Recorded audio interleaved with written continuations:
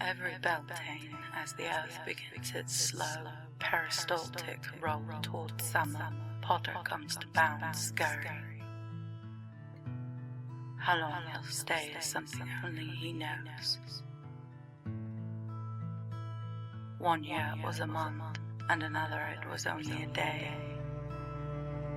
Just as I try not to anticipate his arrival too feverishly, I try not to dread too deeply his departure.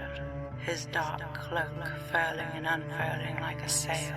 I stand on the rock-strewn shore of my prison and watch my jailer approach like a ship blown off course, and my blood surges with a sound like the waves beneath my feet during the first year when I tried to escape.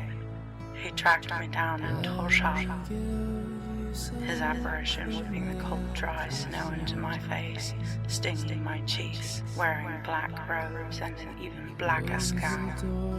He hexed me to my knee, and suddenly, somehow, the realization hit me. Nobody knew about this. I was Potter's little secret.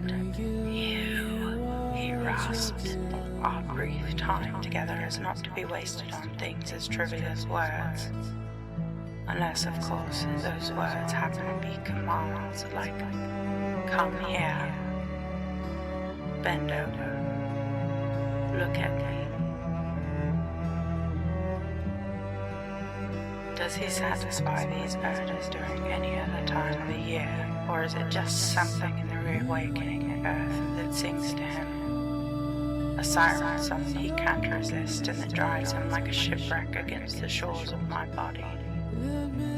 Is it any wonder that I've fallen just a little bit in love with Potter, who stands up awkwardly in my doorway, shyer than a schoolboy, and ducks his head when I hand him a cup of tea, blushing at the sheer flayed-open nakedness of his own desire.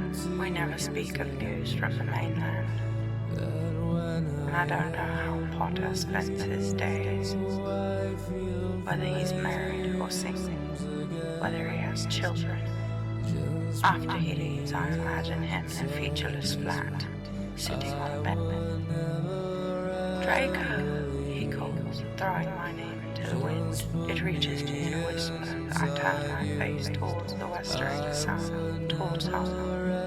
For hours afterward, he lashes like a gale, but I am bound, pleated and moored in place by tenderly tied knots. I am right where he wants me.